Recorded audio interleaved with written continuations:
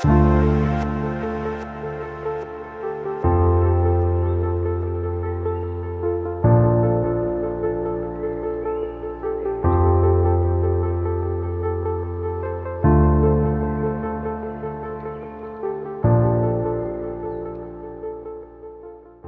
que, ¿qué le parece si viaja conmigo de una vez a la carta, a la epístola de los Colosenses, en el capítulo 1? Capítulo 1 de la epístola a los Colosenses.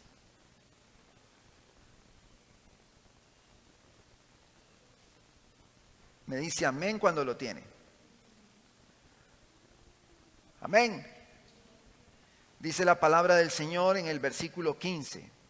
Él es la imagen del Dios invisible, el primogénito de toda la creación, porque en Él fueron creadas todas las cosas, las que hay en los cielos y las que hay en la tierra, visibles e invisibles, sean tronos, sean dominios, sean principados, sean potestades.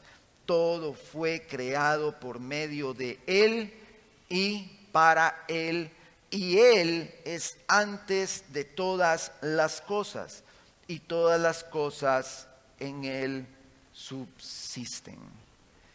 Gracias te damos, Señor, esta mañana que nos permites, Señor, acercarnos a tu palabra, Señor, por tu misericordia, por tu gracia, por tu favor. Señor, ayúdanos en humildad a recibir la palabra, Señor, que tú, Señor, has plasmado en las Escrituras, has exhalado a través de tu Espíritu. Que esta palabra, Señor, nos ayude a crecer en el conocimiento de tu Hijo Jesucristo, a fin, oh Dios, de que vivamos agradándote en todo, como es digno de ti, Señor. Gracias te damos, Señor. Danos humildad en tu gracia, Señor, y nos disponemos nosotros también a humillarnos para recibir tu consejo. Que la palabra profética más segura hable a nuestros corazones para edificación, para exhortación, para consuelo, para animarnos. Gracias te damos esta mañana por ella. Ponemos este tiempo en tus manos. Ayúdame, Señor, a exponerla y a darle a tu Hijo Jesucristo la preeminencia en toda la exposición de la palabra. Gracias te damos en el nombre de Jesús. Amén y amén. Hermanos, le he pedido a los diferentes hermanos que presiden que los días que estamos tocando la serie a los Colosenses puedan tocar un texto de Colosenses. Pero bueno, ustedes vieron que hoy se leyó al inicio del sermón el Salmo 148. Y usted dirá, pues ya se salieron del rol de leer y refrescar los Colosenses. Pues no. El Salmo 148 tiene todo que ver con el sermón de hoy y lo estaremos tocando en el transcurso del sermón, el Salmo 148. Si usted quiere lo va buscando y lo va separando porque lo vamos a leer en determinado momento. Hermanos, yo quisiera resaltar, quiero llegar, tengo esa situación y yo lucho con eso, quiero llegar al punto rápido, pero es necesario que refresque algunas ideas de los colosenses y de la iglesia en Colosas y algunos aspectos de historia súper rápidos, aparte de todo lo que ya he mencionado. Ante los sucesos de los cuales Epafras le informa al apóstol Pablo, que es lo que ya comprendemos de la epístola a los Colosenses, ante estos sucesos y movimientos que atentaban contra el evangelio, la epístola a los Colosenses, que es la que estamos exponiendo, quiere hacer en el creyente, quiere forjar en el creyente, quiere ayudar al creyente a entender que para obtener la aceptación de Dios necesitamos solo a Cristo. Dios ya ha aceptado a los colosenses, Dios ya los aceptó en virtud del Cristo crucificado, y esto se evidencia en el amor que tienen unos por otros, cómo están viviendo el evangelio, que es lo que Epafras le cuenta al apóstol Pablo que se está dando en Colosas. Ahora, vimos también que hay una aparente descalificación de los grupos que se oponen al Evangelio, los ascéticos, los gnósticos y los judaizantes. Descalifican a los cristianos en Colosas. Entonces Pablo, en una carta que le da la preeminencia a Cristo, les recuerda la suficiencia de la obra y la persona de Jesucristo. Debemos también recordar, mis hermanos, cuando hablamos del gnosticismo en el primer sermón, que se movía una perspectiva falsa de la experiencia espiritual. Había mucho misticismo por medio de los gnósticos que accesaban al conocimiento, según ellos, entre comillas, a través de la intuición y no de la razón. Esto los alejaba de la figura de Cristo y Pablo ve la necesidad de exaltar a Cristo en esta carta. Esta carta también tiene una particularidad, no solamente en la época del apóstol Pablo y Epafras, sino también tiene una participación importante en la época de la Reforma protestante,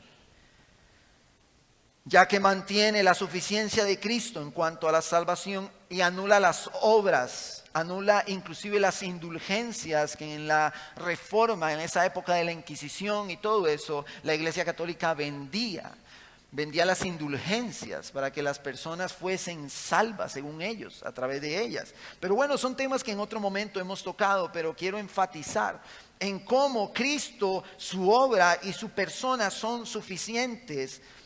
Reflejado esto en esta carta a los colosenses. Según los estudiosos, y usted lo puede ver en sus Biblias de estudio, la epístola a los colosenses se estructura como cualquier carta, como cualquier epístola, en una introducción, un desarrollo y una conclusión. Según las estructuras de los estudiosos a través de los años, la introducción concluye en el versículo 14, que fue el versículo que tocamos por último en el sermón anterior. O sea, podríamos decir que los 4 sermones que se han predicado con antelación a este son apenas la introducción a la epístola. O sea, apenas vamos a empezar con la carne de la epístola. Son 4 sermones que nos han dado una introducción importante, que nos ha reflejado cómo se encuentra la iglesia en Colosas, nos refleja lo que pasó con Epafras, cómo se desplaza la situación que se está dando, el contexto histórico, y bueno, la oración del apóstol Pablo para que crezcan en el conocimiento de la voluntad de Dios, para que puedan vivir agradándole en todo a Él. Entonces todo esto lo vemos en la introducción en estos sermones que ya estudiamos. El desarrollo, según también los estudiosos del canon, se va desde el versículo 15 del capítulo 1 al versículo 6 del capítulo 4. Ahí tenemos el desarrollo de la carta, concluyendo en el capítulo 4, versículos del 7 al 18, con las salutaciones finales del apóstol Pablo a los colosenses. Extracto también en el que el apóstol Pablo les pide a los colosenses que después de que leen la carta, la envíen a la Odisea. En ese extracto, en esa conclusión. Ahora, partiendo del hecho de que estamos pasando de la introducción al desarrollo de la carta, yo quisiera hablar de 2 elementos de transición de los que no hablé en el sermón anterior y que son importantes resaltarlos en medio del escrito que el apóstol Pablo desarrolla para esta iglesia. Pero para poder evaluar 2 elementos de transición que creo yo que me parece pertinente como pastor de la iglesia local, me parece oportuno que toquemos, yo quisiera que vaya conmigo al verso 9 del capítulo 1 para darle una repasadita muy rápida a este contexto literario en el que está el apóstol Pablo escribiendo. Dice en el verso 9, por lo cual también nosotros, desde el día que lo oímos, no cesamos de orar por vosotros y de pedir que seáis llenos del conocimiento de su voluntad en toda sabiduría e inteligencia espiritual, para que andéis como es digno del Señor, agradándole en todo, llevando fruto en toda buena obra y creciendo en el conocimiento de Dios, fortalecidos con todo poder, conforme a la potencia de su gloria, para toda paciencia y longanimidad, con gozo, dando gracias al Padre, que nos hizo aptos para participar de la herencia de los santos en luz, el cual nos ha librado de la potestad de las tinieblas y trasladado al reino de su amado Hijo, en quien tenemos redención por su sangre, el perdón de pecados. Entonces, uno de los elementos que tenemos acá importantes es la figura del Padre y la figura del Hijo. Y yo podría dar por sentado que todos comprendemos la doctrina de la Trinidad. Y podemos decir, no, claro, yo entiendo la doctrina de la Trinidad, pero podría ser que si le preguntamos a uno, dos o tres hermanos que nos expliquen en qué consiste la doctrina de la Trinidad, podría ser que tengamos algunas dificultades. Y quiero citar un artículo de Coalición por el Evangelio del 31 de mayo del 2016 por Emanuel Elizondo. Y él dice, leo 2 párrafos chiquitos, dice: la Trinidad es una doctrina fundamental de la fe cristiana. Un cristiano que no cree en la Trinidad es una contradicción de términos. Me sorprende que cada vez que escucho más de iglesias o cristianos, entre comillas, que consideran esta doctrina como secundaria o en el peor de los casos, la niegan por completo. Aún más, es triste que muchos creyentes no pueden dar una defensa coherente de esta enseñanza, tanto así que hace poco, dice él, me tocó hablar con una persona que al intentar explicar la Trinidad, explicó en realidad el modalismo, una antigua herejía. Entonces, pastor, pero ¿será necesario de verdad tocar la Trinidad hoy? Bueno, conforme el sermón avance, usted va a ver por qué es importante ver la figura de Cristo a la luz de la doctrina de la Trinidad. Ahora, ¿qué es el modalismo? Vamos a ver, ¿qué es el modalismo? ¿En qué consiste el modalismo? Es una herejía antigua. Dice, John MacArthur plantea en otra información, investigando un poquito, él dice que 24 millones de creyentes que pertenecen a una de las ramas, no a todas, porque hay varias ramas del movimiento pentecostal. Hay uno de los movimientos pentecostales que se llama el pentecostalismo de unidad. Este pentecostalismo de unidad niega la Trinidad. 1 de cada 4 creyentes en los Estados Unidos niega la Trinidad. Cree que hay un Dios que aparece de diferentes formas. Nunca es los 3 al mismo tiempo. Esto anula a cada una de las personas de la Trinidad y distorsiona la doctrina. Un solo Dios que puede llamarse con diferentes nombres. Es como un niño, para dar una ilustración, vaga una ilustración, un niño que tiene varias máscaras para jugar y entonces en un momento se pone la máscara de Iron Man y es Iron Man, y luego en otro momento se pone la máscara de Hulk y es Hulk. Entonces esta doctrina enseña que Dios mismo tiene diferentes modos de hacerse presente. Dios mismo tiene diferentes modos, pero en este sentido Jesús y el Espíritu Santo no se ven como personas distintas. Tenemos claro que el que murió en la cruz fue Cristo. Y muchos, inclusive cuando hablan de la venida del Señor, dicen, cuando Dios venga. No, cuando Cristo venga. Cuando Cristo venga. Es que Dios murió en la cruz murió Cristo. Entonces, la pregunta es si usted tendrá claro esta enseñanza. La Biblia enseña claramente que hay un solo Dios, Deuteronomio 6:4, y también enseña claramente que el Padre es Dios, Efesios 4:6, Filipenses 4:20, Santiago 3:9. El Hijo, Jesucristo, es Dios, Juan 1:1, capítulo 20, también versículo 28, Hebreos 1:3 y demás textos. Y que el Espíritu Santo es Dios, Juan capítulo 3, versos del 5 al 7, Hechos 5, del 3 al 4, entre otros. Por tanto, hermanos, el Padre, el Hijo y el Espíritu son Dios.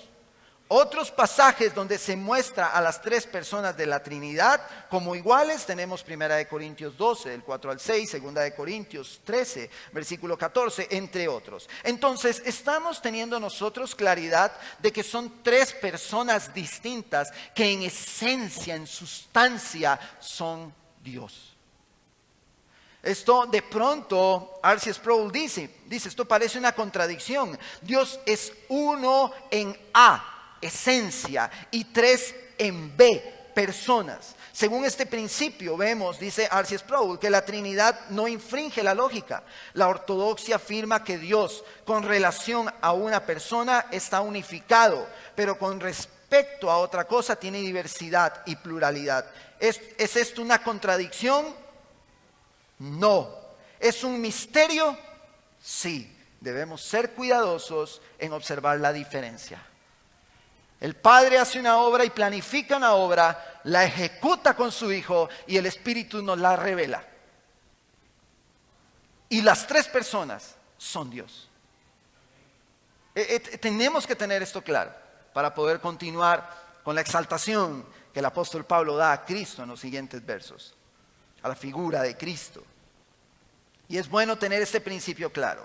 El segundo elemento de transición que quiero tocar es la centralidad en Cristo. Y quiero contar una historia para ilustrar algo, solamente un pequeño punto. Para eso del 2006, 2007, yo estaba empezando a trabajar en la institución en la que estoy el día de hoy. Es una institución de gobierno. En esos años, la institución se caracterizaba por las huelgas, manifestaciones, sindicatos, y estamos hablando que hace como 15 años, 16 años. Y en ese tiempo era casi que una obligación asistir a la manifestación. El Señor no me había rescatado. Yo creo que ni tan siquiera conocía a Gaby. Y un día fui a esa manifestación, iba con un compañeros también del colegio. Llegamos hasta la Plaza de la Democracia, donde llegaban las manifestaciones y todo eso. Entonces, en la Plaza de la Democracia hay una tarima donde están ahí, ¿verdad?, dando un discurso y hablando de los argumentos que están defendiendo. Hay como una audiencia de 1,000, 2,000 personas sentadas ahí, lo que llaman la Fuerza Amarilla. Entonces todo estaba lleno así, todas las orillas del Parque de la Democracia, Plaza de la Democracia. Y entonces nosotros estábamos en un costado y dijimos, no, vamos al otro extremo. Yo no sé para qué hicimos eso. Y entonces está la plataforma donde están dando el discurso y yo voy con mi compañero y viendo la multitud, y entonces está la multitud, está la tarima y nosotros vamos a pasar en el puro centro de lado a lado porque por las orillas no se podía, entonces había que cruzar pasando por el frente de las 2,000 personas. Pero resulta que en la Plaza de la Democracia, no sé si están hoy, habían unas zanjas. Ya usted entenderá lo que pudo haber pasado, pero ya le voy a contar. Entonces vamos nosotros caminando, viendo a la multitud, viendo la tarima, viendo todo lo que está pasando, y este humilde servidor se fue dentro de una de esas zanjas. Y cuando yo me di cuenta tenía esta rodilla como a esta altura y la pierna, y me fui dentro de la zanja. Y fue, ¿verdad?, el espectáculo ahí. Y entonces la gente chiflaba, el discurso ya nadie le prestó atención, sino que la atención se prestó en ese muchacho que por ir viendo para el ciprés se fue dentro de la zanja. Ese ha sido uno de los ridículos más fuertes que he tenido. Yo caí dentro de la zanja, hermano, y como un resorte me levanto, pero fue inevitable que toda la audiencia me viera caer a esa zanja y se riera y gritos y, ¿verdad?, y la gente chiflando y todo eso. Pero el punto que quiero rescatar es cómo fácilmente nosotros perdemos la atención de lo que es importante y nos podemos distraer en otra cosa, en base a algo que nos da risa o en base a algo que nosotros deseamos también en el contexto de la familia. Es importante, vean hermanos, estar con nuestros hijos. Un día mis hijos no van a estar y yo los voy a extrañar. Entonces, a veces yo he llegado a la casa un domingo, más que todo en la tarde, y me llego a la casa y me siento en el sillón y yo no tengo fuerzas, hermano, para absolutamente nada, más que para quedarme en el sillón así. Es para lo único que me da. Y en determinado momento, en base a lo que deseo, he dejado de lado el estar con mis hijos, que es lo más importante en ese momento. Y en otras ocasiones reflexiono y estoy con ellos. y le doy atención a lo que es importante, porque en ese momento yo deseo estar ahí acostado. En el momento que se estaba dando ese discurso, las personas me vieron y se rieron muchísimo y los distrajo de lo que de verdad era importante. Probablemente a los que daban el discurso les molestó muchísimo, en vez de darles risa, que yo me fuera entre la zanja. Pero somos muy propensos a quitar la atención de lo que realmente importa. Entonces, si ignoramos el aspecto de la centralidad en Cristo por la estructura literaria de la carta, nosotros podemos equivocarnos. Para dar un ejemplo, cuando nos dan un regalo a nosotros, podemos llegar a amar más el regalo que aquel que nos lo dio. Eso puede llegar a pasar. Podemos llegar a amar más esa pertenencia que nos dio que aquel que nos lo entregó. Cuando tendemos a amar más el regalo que otra persona nos da, estamos evidenciando que estamos pensando mucho en nuestro beneficio, que estamos nosotros siendo un poquito, tal vez, no sé si egoístas o cómo lo podríamos llamar, pensando en nosotros mismos.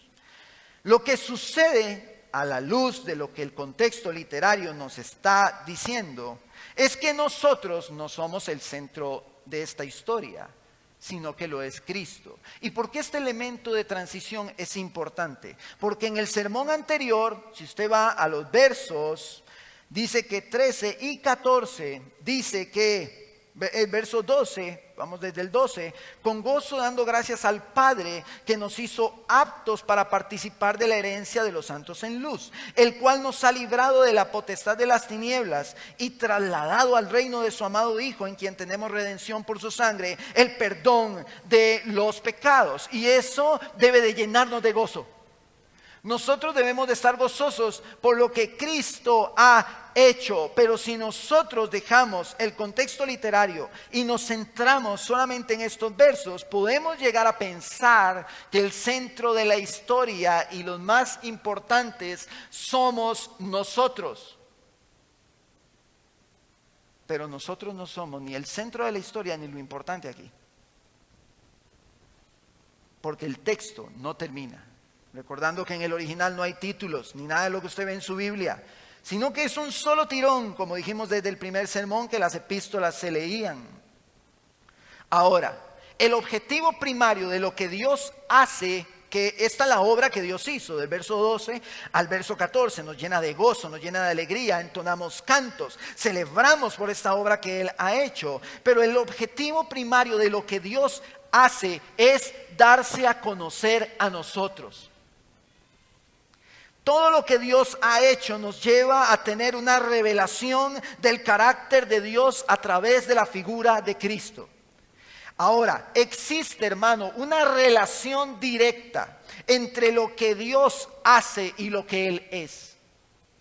Entonces, Él revela lo que Él ha hecho para darse a conocer, para que conozcamos quién es Él. Nosotros no debemos amar más el regalo que aquel que nos dio el regalo, aunque hay una relación directa entre lo que Él hace y lo que Él es. ¿Ok?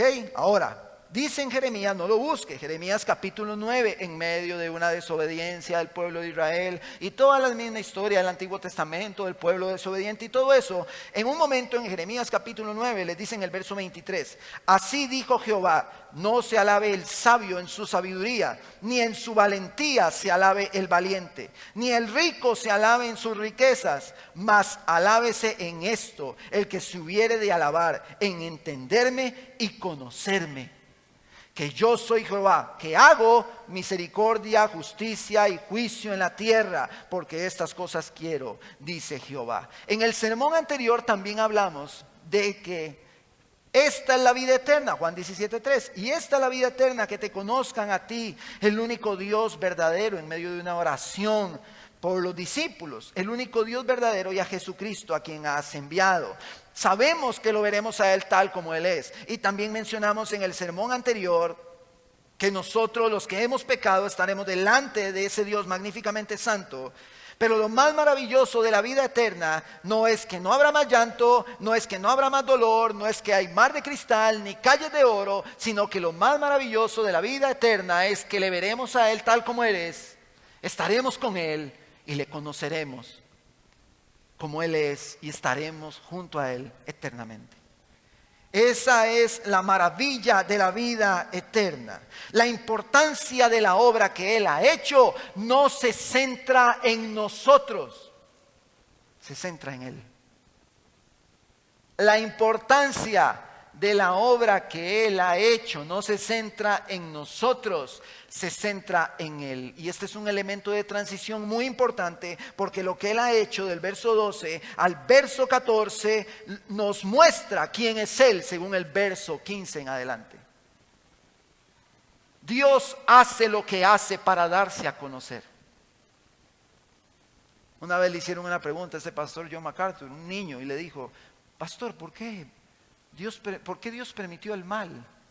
¿Por qué Dios permitió el pecado? Y aunque fue una respuesta de él le dijo al niño: porque si no fuese por el pecado, Él no hubiera podido darse a conocer. ¿Cómo conoceríamos su misericordia? ¿Cómo conoceríamos su justicia? ¿Cómo conoceríamos su gracia? ¿Cómo conoceríamos su amor? ¿Cómo conoceríamos su fidelidad? Hermanos, todo lo que está hecho es de Él y es por Él y es para Él. El interés de Pablo es que los colosenses en el inicio del desarrollo de esta carta conozcan quién es Cristo, el cual claramente es Dios. Y vaya conmigo al verso 15. No dejemos de lado estos elementos de transición de la introducción al desarrollo en cuanto a la persona de Jesús, la persona del Padre, Dios Padre, desde la doctrina de la Trinidad, y también la centralidad en Cristo y no en nosotros. Fundamental esto para poder ver la epístola con mayor claridad. Nosotros, los fotógrafos, los que toman, los que se dedican a eso, la hermana Lilian, ellos tienen cámaras profesionales y ellos ponen su cámara y tienen que graduar, tienen que enfocar. Dependiendo del ángulo, ellos tienen que regular unos, no sé cómo se llama eso, los lentes. Ellos tienen que regular los lentes. Nosotros tenemos que hacer eso en el texto. Porque si vemos distorsionado, podemos llegar a pensar que nosotros somos el centro de todos estos acontecimientos. Pero no lo somos. El centro es Cristo, no nosotros. Y es lo que Pablo pretende argumentar en la epístola. Y quería aclarar eso, hermanos, porque aunque debemos estar con gozo por lo que Dios ha hecho, no podemos estar solamente con gozo por lo que Dios ha hecho porque salimos beneficiados, sino que debemos estar con gozo por lo que Dios ha hecho porque le conocemos como es Él. Hay una gran diferencia en esto. Entonces, nuestra mirada está en Él, no en nosotros. Yo puedo celebrar y entonar con alegría lo que Él hizo por mí. Y lo puedo hacer no olvidando que Él lo hizo para darse a conocer. Para que le conozcamos. Porque esta es la vida eterna. Verso 15 dice: Él es la imagen del Dios invisible, el primogénito de toda la creación. ¿De quién viene hablando? Si vemos el versículo 13, dice que nos ha trasladado al reino de su amado Hijo. Estamos hablando ahora del Rey. El reino del amado Hijo. Bueno, vamos a hablar de ese Rey. Dice que en quien tenemos redención por su sangre, el perdón de pecados. Ahora viene desglosando el apóstol Pablo quién es, cómo es la persona de Jesucristo. Dice que Él es la imagen del Dios invisible. ¿Por qué Pablo se ve en la necesidad de decir que Jesús no solamente es el Rey, sino que es la imagen de Dios? Porque los gnósticos creían que Jesús era un eón. Pastor, ¿y qué es un eón? Dentro del gnosticismo, cada una de las inteligencias eternas o entidades divinas de uno u otro sexo, emanadas de la divinidad suprema, son eones. Entonces, hay una entidad suprema, dicen los gnósticos, una entidad suprema, y de ahí emanan una serie de entidades que son como fuerzas, los eones. Y ahora sí me comprenden porque era necesario explicar lo de la Trinidad. Salen de esa entidad unos eones, unas fuerzas que son personas de la divinidad con sexo de mujer o de hombre, que guían a los gnósticos en su conocimiento intuitivo para accesar al conocimiento que ellos dicen tener.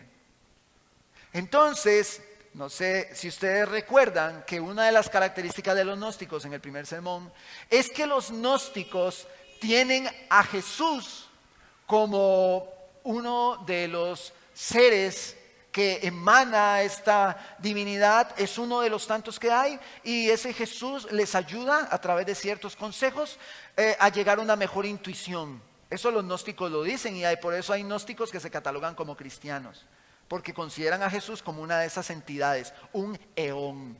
Entonces, conociendo Pablo bajo el informe de Epafras que los gnósticos decían que Jesús era un eón, él les dice, no, Jesús no es un eón, Jesús es Dios.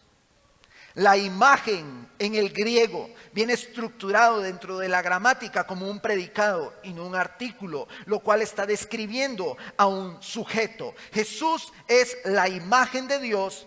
Y recordamos rápidamente, no lo busque y se lo leo, cuando Felipe dijo, Señor, muéstranos al Padre y nos basta. Y Jesús le dijo, tanto tiempo que estoy con vosotros, Felipe, y no me has conocido. El que me ha visto a mí, ha visto al Padre. ¿Cómo pues dices tú, muéstranos al Padre? Esta palabra imagen en el griego como eikon, y no es que sabemos griego, como decía un hermano, no es que estudiamos griego, no, yo todavía no lo he hecho, espero algún día hacerlo, pero no lo he hecho. La palabra eikon, bajo la investigación que hacemos en nuestras limitaciones, eikon trae como significado la representación exacta, calcada de algo. Y en el comentario griego, voy a decirlo así como lo dice el comentario, lo que pasa es que en nuestro lenguaje coloquial puede ser un poquitito, no sé, como tal vez, ¿verdad? Lo podemos ver de otra forma. Dice que Jesús es la misma estampa de Dios el Padre, dice el comentario en griego. La misma. Jesús es Dios.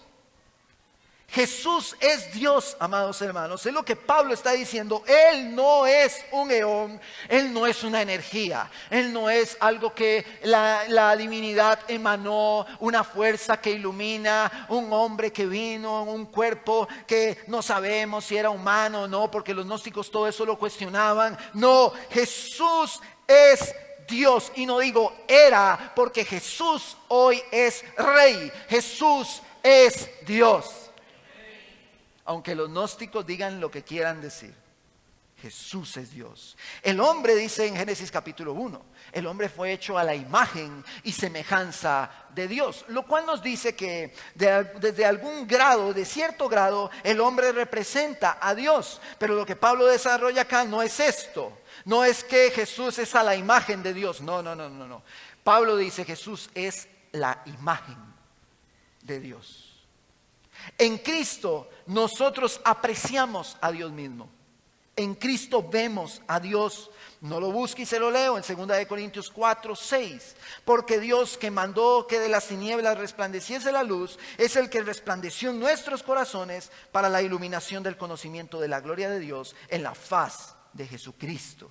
La gloria de Dios está en la faz de Cristo. Juan 1, todos lo conocemos. En el principio era el verbo, y el verbo era con Dios, y el verbo era Dios. No hay duda para el apóstol Pablo y la argumentación a los colosenses de que Jesús es Dios. Los gnósticos decían es un eón más Jesús, pero Pablo dice no es un eón, Jesús es Dios mismo.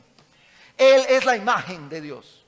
Entonces continúa en el verso y dice que Él es el primogénito de toda la creación. Y me gusta como lo dice en la Nueva Traducción Viviente. Dice que Él ya existía antes que todas las cosas fueran creadas y es supremo sobre toda la creación. Pablo no está incluyendo a Cristo dentro de los elementos creados. Pablo no está incluyendo a Cristo dentro de lo que fue creado, sino que le está dando a Cristo la supremacía, el estar por encima de todo lo creado. Y sabemos que en la cultura griega y en la cultura judía, el hijo mayor tenía una posición de honor. Al utilizar el apóstol Pablo bajo este contexto, la palabra primogénito está diciendo, Jesús está por encima, tiene un lugar de honor ante toda la creación. Toda la creación está bajo Él, verso 16. porque en Él fueron creadas todas las cosas, las que hay en los cielos y las que hay en la tierra, visibles e invisibles, sean tronos, sean dominios, sean principados, sean potestades, todo fue creado por medio de Él y para Él. Hermano, las constelaciones. Si usted puede ver un rasgo así por encimita de la astronomía, hay hombres que dicen que con la astronomía alguien puede parar en loco, de ver tantos planetas, de ver las constelaciones, de ver la formación de las estrellas. Todo fue creado por Él y todo es para Él. La meta de todo lo creado es Él. Todo lo que podemos ver con nuestros ojos y lo que no podemos ver fue creado por Él. Estaba leyendo en un artículo de ciencia que dice que la ciencia conoce más la superficie de Marte que las profundidades de los océanos. La presión del agua no permite que se pueda bucear allí, no permite que entren maquinarias, submarinos allí. Pero Dios le habla a Job acerca del Leviatán, que está en las profundidades del mar, que estimula el mar para que las olas se muevan. Y le dice a Job, ¿acaso puede jugar con el Leviatán como si fuese un pájaro? Dios creó todo en Cristo, toda la creación, lo que vemos y lo que no vemos. Las constelaciones, los astrónomos pueden ver con su tecnología a una larga distancia, pueden ver algún destello de lo que es el universo. El hombre ni siquiera puede entrar a las profundidades del mar, y creo que la misma naturaleza nos dice que mientras estemos acá tampoco vamos a llegar a un conocimiento pleno de nuestro Señor Jesucristo. Nosotros, a través de lo que vemos creado, vemos a Cristo allí. Porque la meta de todo lo creado, hermano, desde el mango que usted bajó, de una rama de un árbol, hasta el último planeta en las constelaciones, todo fue creado. ¿Cuánto nosotros meditamos en esto? ¿Cuánto nos asombramos cuando vemos la creación? Vemos una creación sumamente inteligente, diferentes especies en el ecosistema, que sobreviven, que viven en diferentes comunidades, especies de animales, de insectos, de organismos, de fieras, de osos. Hermanos, vemos todo un ecosistema maravilloso, lleno de colores, lleno de vida. ¿Y qué más que nuestro país para ver ecosistemas? Todo eso fue creado por Él y para Él. ¿Por qué? ¿Por qué para Él? Porque la creación es el escenario, la creación es el espectáculo, la creación es esa pantalla, la creación es el teatro que nos permite ver la gloria de Dios.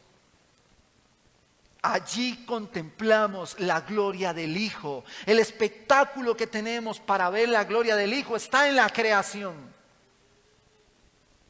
Vaya conmigo al Salmo 148. Salmo 148. Está durísimo.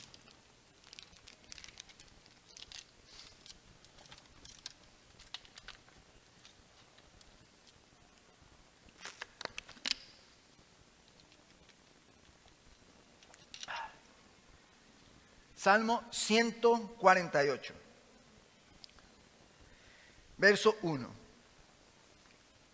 Dice la palabra del Señor: alabad a Jehová desde los cielos, alabadle en las alturas, alabadle vosotros todos sus ángeles, alabadle vosotros todos sus ejércitos, alabadle sol y luna, alabadle vosotras todas lucientes estrellas, alabadle cielos de los cielos y las aguas que están sobre los cielos. Alabadle el nombre, alaben el nombre de Jehová, porque Él mandó y fueron creados. Los hizo ser eternamente y para siempre. Les puso ley que no será quebrantada. Alabad a Jehová desde la tierra, los monstruos marinos, y todos los abismos, el fuego y el granizo, la nieve y el vapor, el viento de tempestad que ejecuta su palabra, los montes y todos los collados, el árbol de fruto y todos los cedros, la bestia y todo animal, reptiles y volátiles, los reyes de la tierra y todos los pueblos, los príncipes y todos los jueces de la tierra, los jóvenes y también las doncellas, los ancianos y los niños, alaben el nombre de Jehová, porque solo su nombre es enaltecido. Su gloria es sobre tierra y cielos. Él ha exaltado el poderío de su pueblo. Alábenle todos sus santos, los hijos de Israel, el pueblo a él cercano. Aleluya. Toda la creación tiene como meta alabar a Dios. Toda la creación debe alabar a Dios. Ahora entendemos que toda rodilla se doblará, porque Él es el Señor de todo lo creado, según vemos en Filipenses 2. Y no importa si el hombre cree o no cree, su rodilla se doblará y confesará que Él es el Señor. ¿Por qué dice esto, pastor? ¿Usted cree que un hombre que no cree en Dios va a tener que doblar sus rodillas ante ese rey soberano? Filipenses capítulo 2, verso 9. Por lo cual Dios también le exaltó hasta lo sumo, hablando de Jesucristo, y le dio un nombre que es sobre todo nombre, para que en el nombre de Jesús se doble toda rodilla de los que están en los cielos, los que están en la tierra y debajo de la tierra, y toda lengua confiese que Jesucristo es el Señor, para la gloria de Dios Padre. Nada puede impedir, hermano amado, nada puede impedir que toda la creación, que todos los seres, tanto los que vemos como los que no vemos, un día doblen sus rodillas y digan que Jesús es el Señor. Satanás, los principados y las potestades, cuando Jesucristo venga y consume su reino, todos verán que Él es el Rey y Señor de todas las cosas. Y todos doblarán su rodilla ante Él. Verso 17. Y Él es antes de todas las cosas, y todas las cosas en Él subsisten. En la Nueva Traducción Viviente lo dice de esta forma: Él ya existía antes de todas las cosas y mantiene unida toda la creación. Hermanos, toda la creación que se formó mediante su palabra, Él la sostiene momento a momento. ¿Qué es lo que hace que los átomos de la materia no se separen? Ellos no se separan. La materia está unida allí y tiene leyes. Tenemos leyes que el hombre le ha dado a través de la ciencia a la física, a la materia. Debemos nosotros ser maravillados, hermano, cuando vemos estas cosas. Él mantiene la acción de las partículas. Él mantiene los planetas en órbita. Él mantiene los cauzales de los ríos. Él mantiene las placas tectónicas de la tierra y las sostiene. Él sostiene el eje de la tierra. Él sostiene las órbitas y los planetas que en ellas están. Él sostiene los sistemas solares. Él sostiene las constelaciones. Él sostiene las estrellas, y por Él sostenerlas es que no colisionan, es que no desencadenan en eventos que traigan catástrofe, porque Cristo las sostiene. En Él se sostienen todas las cosas. Hermano, Él sostiene todo. El hombre le ha puesto leyes, le ha puesto nombres, a esas leyes que Él ha dado, que no se van a quebrantar: la ley de la termodinámica, la ley de la gravedad, la ley centrípeta, la ley de la centrífuga, y un montón de leyes. El hombre las ha puesto, pero Cristo es el que sostiene todas las cosas. Él las sostiene, hermano, Él las sostiene. Él las creó. Él creó todos los astros. Él creó los valles, los collados, los montes, los animales, las bestias, los monstruos marinos. Él los creó. ¿Saben quién los creó? Él mismo, que se inclinó y lavó los pies de los discípulos. ¿Cómo explicar ¿Cómo explicar que el que creó todas las cosas dobló sus rodillas, tomó los pies de los discípulos y los lavó? ¿Cómo podemos explicar eso? El mismo que lavó los pies de los discípulos, el mismo que se rió en la mesa con ellos, el mismo que compartió los alimentos con los discípulos,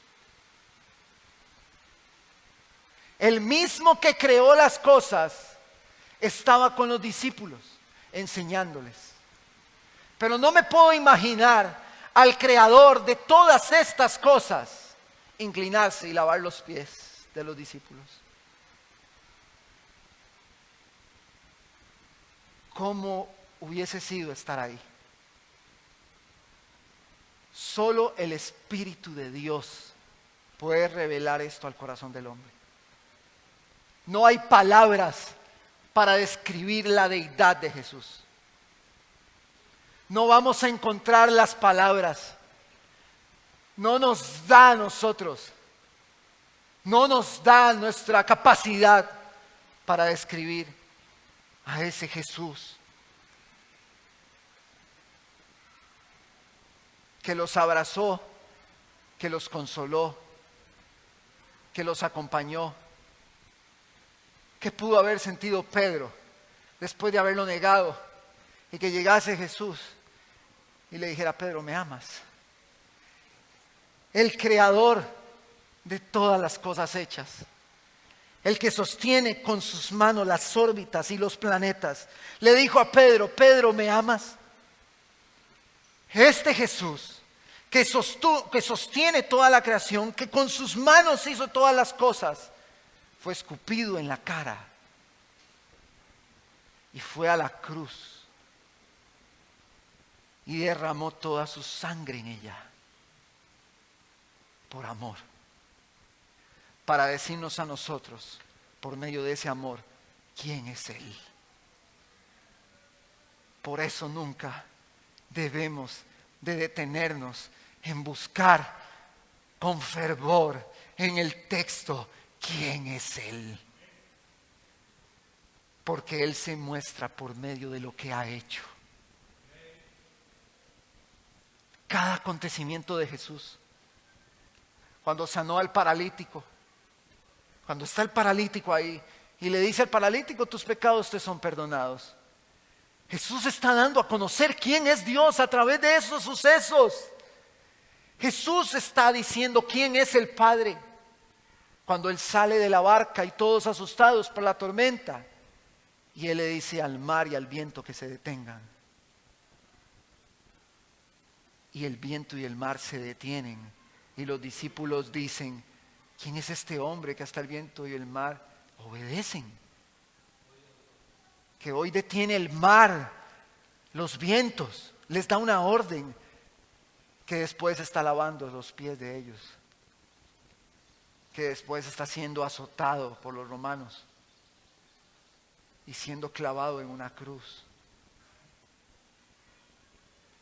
¿Quién es ese Jesús que clavado en una cruz es el Rey de todas las cosas? El Rey de reyes y Señor de los señores. ¿Quién es ese Jesús que la naturaleza le obedece y le rinde alabanza? Que la creación alaba su nombre. Y ahí en la cruz derramó toda su sangre y murió diciendo: consumado es. Haciendo una obra que nos dice a nosotros cómo es el Padre. Y entonces Pablo a los colosenses les dice: Él es Dios. El Padre, el Dios invisible, el Dios que no pueden ver, es Cristo. El que hizo todas estas cosas. Imaginemos a Juan escribiendo: y en el principio el Verbo era con Dios, y el Verbo era Dios. Dios hace un plan, lo ejecuta con su Hijo y nos lo revela por el Espíritu Santo, que también es Dios. Y Él está en nosotros. Entonces, cuando nosotros vemos a este Cristo, el mismo que murió en la cruz, que fue escupido en su rostro y que recibió todos los látigos, ¿cómo creer? ¿Cómo creer que un hombre que fue humillado de esa manera, porque la cruz era una humillación, era una pérdida total de derechos? ¿Cómo creer que un hombre que recibe tal humillación, cómo creer que ese hombre es el Rey de Reyes y Señor de Señores? ¿Cómo creerlo? Si no es porque al tercer día, con el suceso más importante de la historia de la humanidad, Él lanza una pregunta: ¿dónde está, muerte, tu aguijón? Y Él vence a la muerte. Y después de 3 días Él resucita y se levanta de entre los muertos. ¿Cómo poder creer para un Tomás? No creo. Y Jesús le dice: mira mis manos. Ellos lo vieron morir. El mismo Jesús que detuvo el mar, que detuvo los vientos, que le lavó los pies, que comió con ellos, que sanó a los enfermos, que limpió a los leprosos, que levantó a los muertos, ese mismo Jesús, el mismo Jesús lo vieron morir en la cruz. Después de ver todos los sucesos sobrenaturales que Jesús había hecho, lo vieron morir humillado y todos lo lloraron, pero al tercer día, después de que lo vieron morir, Él anda entre ellos y se les muestra a ellos. Y no solamente eso, sino que Él asciende al Padre y antes de ascender les dice: no lloren, tranquilos, porque voy a enviar a otro Consolador, el Espíritu Santo, que hoy habita en el corazón de aquellos que hemos sido restaurados por esa obra sobrenatural. Y esa promesa está viva en nosotros hoy. Ya no está el Cristo encarnado aquí con nosotros, pero el Espíritu que Él prometió habita en el corazón de la iglesia. Habita en nosotros.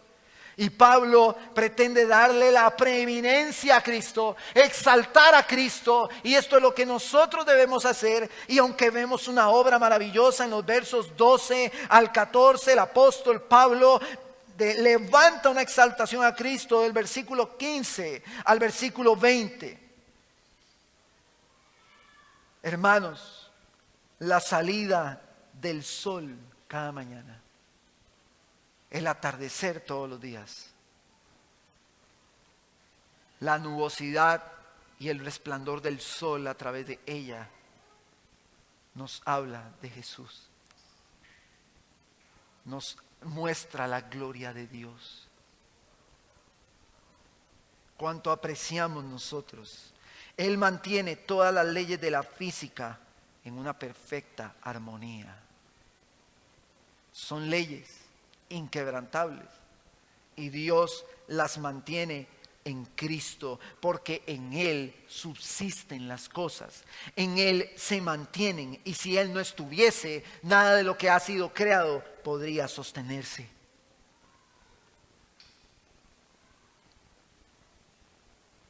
Cristo, dice John MacArthur, mantiene el delicado balance necesario para la existencia de la vida.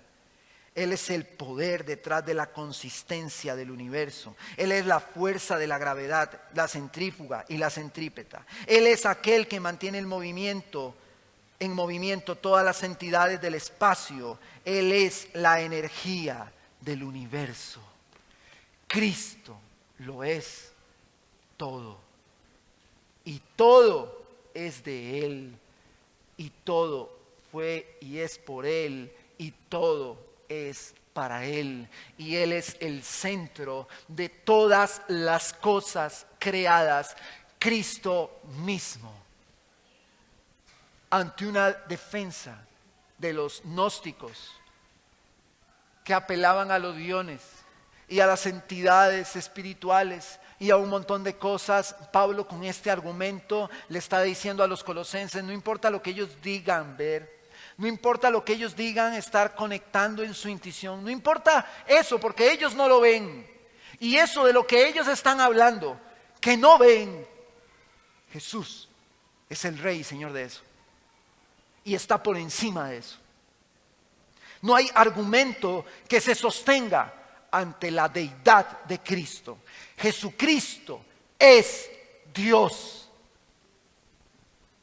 Y eso es lo que el apóstol Pablo defiende en este extracto de la epístola. Él es Dios, Señor de todas las cosas creadas. ¿Saben qué dice la palabra en Efesios? Yo sé que usted lo sabe, pero dice que nosotros somos hechura suya, creados en Cristo. Nosotros somos creados también en Él, en nuestra regeneración, cuando nacemos de nuevo.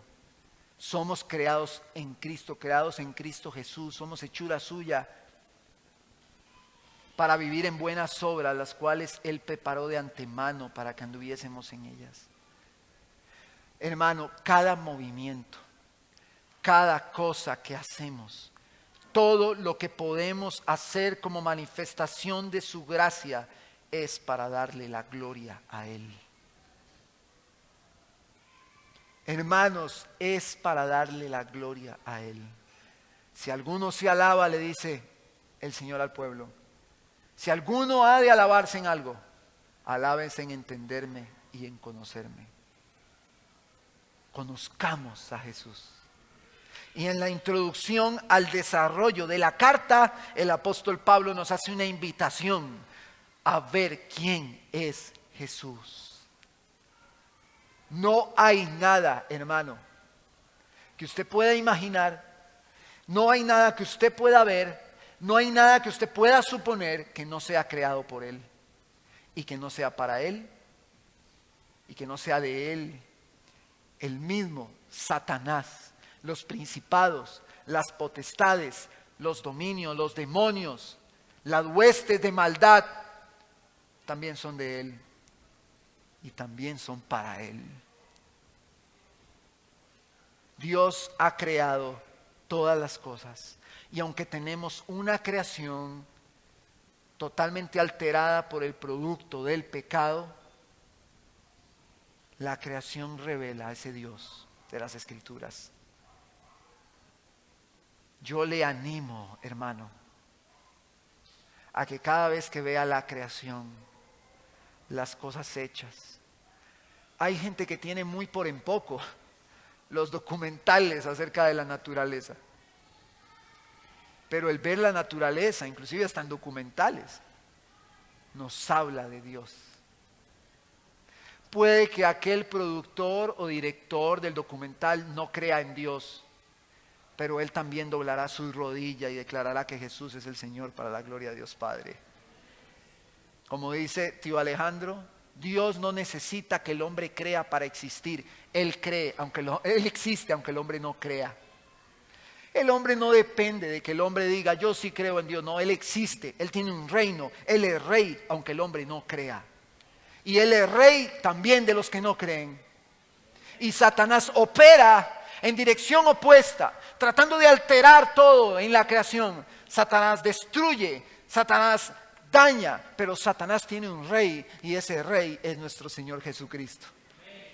Porque ese rey venció a los principados y potestades, los exhibió públicamente en la cruz del Calvario. Y esto lo veremos más adelante. Pero Cristo es el rey de todas las cosas hechas y en Él se sostienen las cosas. Cada cosa de la materia que usted vea en su entorno, este edificio, esta estructura, las moléculas que la componen, la materia, todo lo que compone las cosas que sus ojos pueden ver y las que usted se puede imaginar, se sostienen en Él. Nosotros nos sostenemos en Él. Y estuve viendo un poquito acerca de la astronomía y ya con esto cierro. Un poquito acerca de la astronomía y cómo la ciencia ha denotado planetas, estrellas que son del tamaño, vamos a ver, hay muchos nombres y muchas estrellas, pero hay una de ellas, la más grande, no recuerdo el nombre, que dice que un avión a 900 kilómetros por hora para recorrer toda su circunferencia dura no sé cuántos billones de años. La Tierra es de este tamaño en el dibujo que logré ver, así chiquita, y esa estrella era como así. Y todo eso se sostiene en Cristo. Y todo eso lo hizo Él. No importa el tamaño. No importa inclusive lo que veamos, vivamos o experimentemos. Él es el Rey de todas las cosas. Él es nuestro Rey. Nos trasladó el Señor, el Padre, al reino de este amado Hijo. Y nos sacó de las tinieblas para mostrar quién es Él. Y cuán grande es su amor. Porque de tal manera amó Dios al mundo, que ha dado a su Hijo, para que todo aquel que en Él crea no se pierda, sino que tenga vida eterna. Y esta es la vida eterna, dice Jesús, que te conozcan a ti, al Padre, al único Dios verdadero, y al Hijo Jesucristo a quien has enviado. Todo aquel que cree en Cristo tiene vida eterna, y la vida eterna consiste en conocer cada vez más a Dios. El Espíritu que Él nos ha dado nos lleva a ese conocimiento de Dios a través de la oración y a través de la bendita palabra que se revela a nosotros. Así que, hermanos, Cristo murió en la cruz para salvar al hombre, para que todo aquel que crea en Cristo y entregue su vida tenga un seguro, y cuando muera pueda tener una vida eterna en Él. Pero esto Él lo hizo para que conozcamos quién es Él. Y a Él sea la gloria y la honra por los siglos de los siglos. Cuando hablemos de que Él va a volver, no diga, hermano, Dios va a volver. No, Cristo va a volver. El Rey va a volver. Y va a volver por su iglesia. Y este que sostiene todas las cosas vendrá por su iglesia. Y la iglesia espera su venida. Pastor, pero yo tal vez muera y no vea esa venida. Pues no importa, porque desde tiempos antiguos esperan su venida, y el hombre incrédulo dice, llevan 2000 años diciendo que Él va a volver, pero nosotros sabemos que todas las promesas que están en este libro se cumplen, se están cumpliendo en nosotros, y entendemos y sabemos por la bendita palabra de Dios que un día Él va a volver por su iglesia. Ese Rey que el apóstol Pablo dice que es la imagen de Dios vendrá por su iglesia. Por una iglesia que tenga aceite en sus lámparas y que esté lista para ello. ¿Qué le parece si usted se pone sobre sus pies? Está